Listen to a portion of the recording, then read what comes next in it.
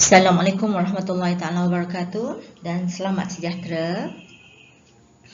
So hari ini saya nak membincangkan tentang tajuk differentiation dalam subtopik chain rule. Okey. Di sini saya nak tunjukkan bagaimana kita nak menggunakan formula chain rule.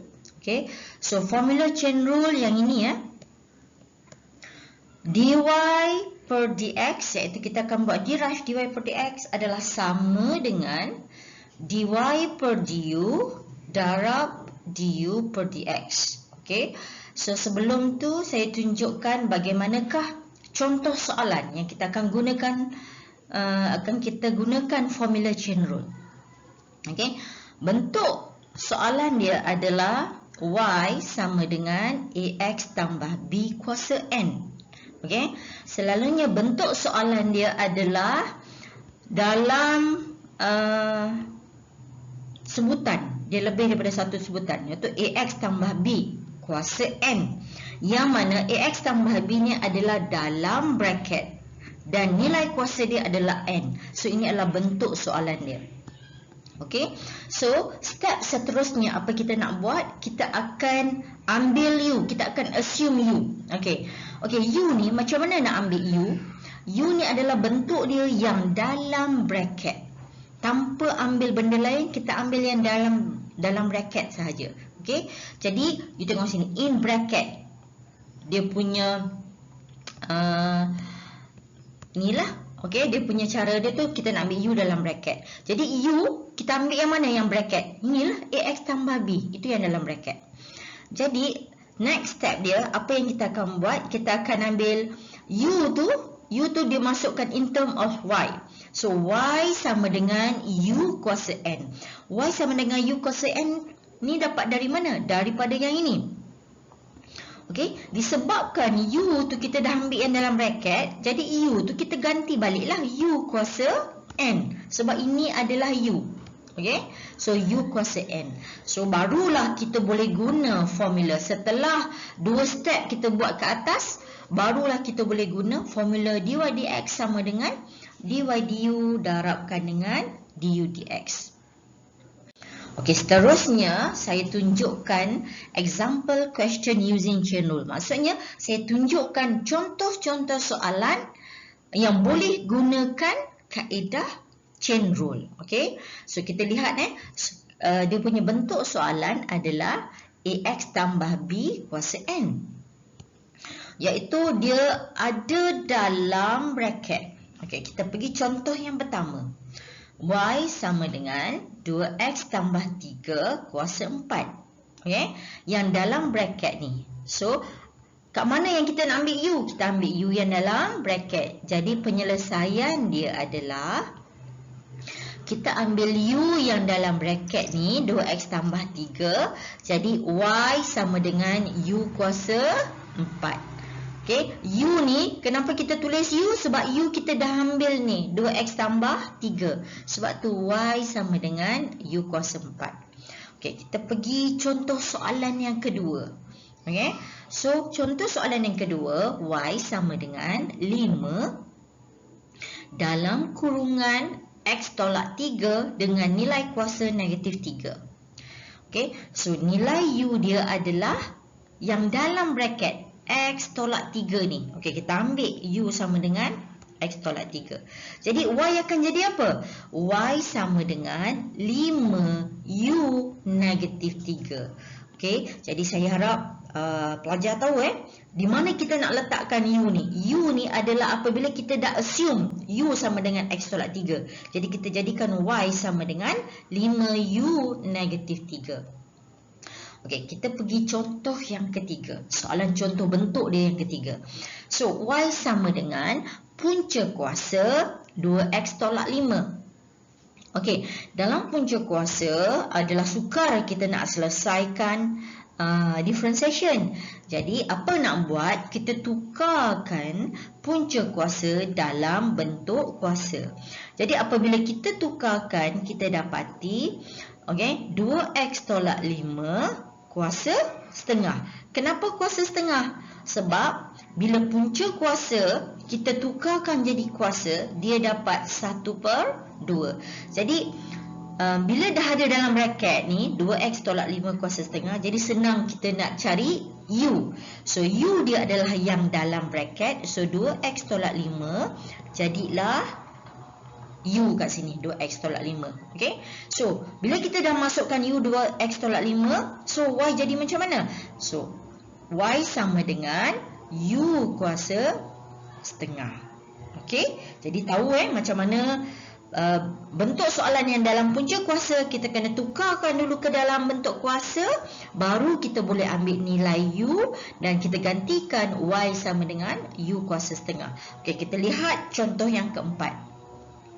Contoh yang keempat adalah 3 perkan dengan nilai X tolak 5 kuasa 6. Okey, step seterusnya apa nak buat? Kita kena naikkan nilai X tolak 5 kuasa 6 tu dulu di atas.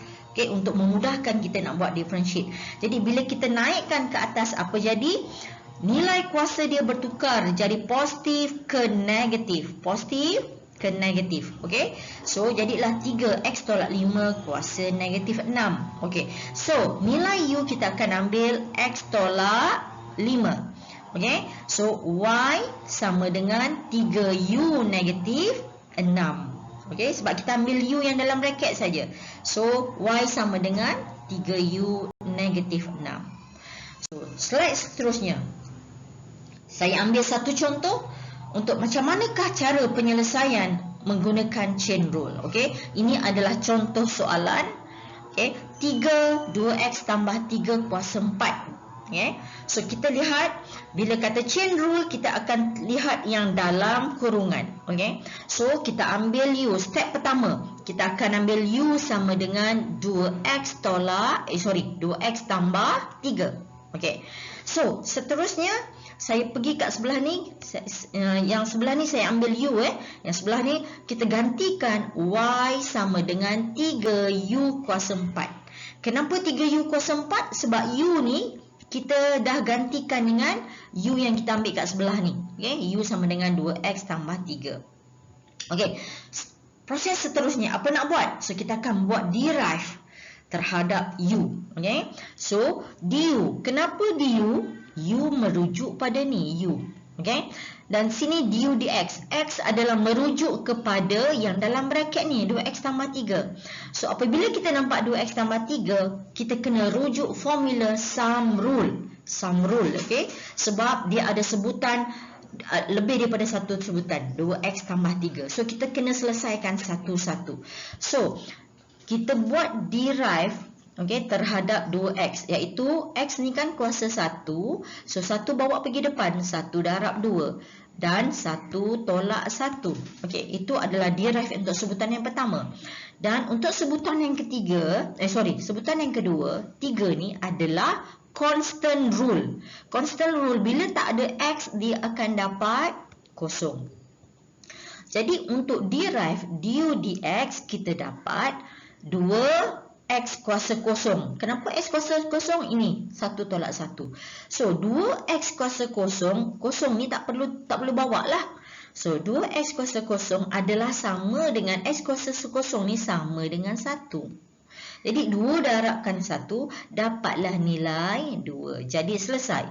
U dx sama dengan 2. Okey, next apa nak buat? Kita cari dy du. Okey, y adalah fungsi ni y, dan u kita akan ambil yang ini. Kita nak buat derive terhadap u. Okey, so macam mana kita nak buat derive terhadap u? Kita dapati 3u kuasa 4 itu adalah multiple rule. Okey, multiple power rule. Jadi apa nak buat? 4 darabkan dengan 3. 4 darab 3. Okey, u 4 tolak 1. Jadi kita dapatlah 12u kuasa 3. Okey, next barulah kita akan gunakan formula chain rule. Okey, so dy dx adalah soalan jawapan yang kita nak cari. Okey, dy dx kita nampak dy dekat atas. So kita tulis dy du. Dx kat bawah. So kat bawah yang ini dx ni. Okey, so du dx. Okay, dy mesti dekat atas, dx dekat bawah. Jadi dy du kita nak ambil yang mana? Kita ambil yang ni. Du dx kita nak ambil yang mana? Kita ambil yang ini.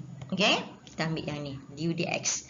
Okay, so dy du, kita masukkan dy du. Ni 12 u kuasa 3, kita masukkan 12 u kuasa 3. Du dx nak ambil yang mana? Kita ambil 2 ni. 2 kita buat turun bawah, itu adalah 2. Okay, so next apa nak buat? 2 darabkan dengan 12, itu yang kita dapat 24 u kuasa 3. So last kali apa nak buat? U kita tukarkan balik dengan nilai asal dia. Kan u kita ambil 2x tambah 3, masuk balik 2x tambah 3 kuasa 3. So itulah jawapan akhir untuk chain rule. So kalau pelajar kurang faham, tengok video ni berulang kali, insya-Allah. Okey, you punya pemahaman tentang step akan bertambah. Okey, so saya harap dengan formula dan juga contoh-contoh soalan chain rule dan seterusnya adalah step penyelesaian chain rule yang saya terangkan ni dapat memudahkan pelajar untuk memahami konsep chain rule. Okey, sekian, terima kasih.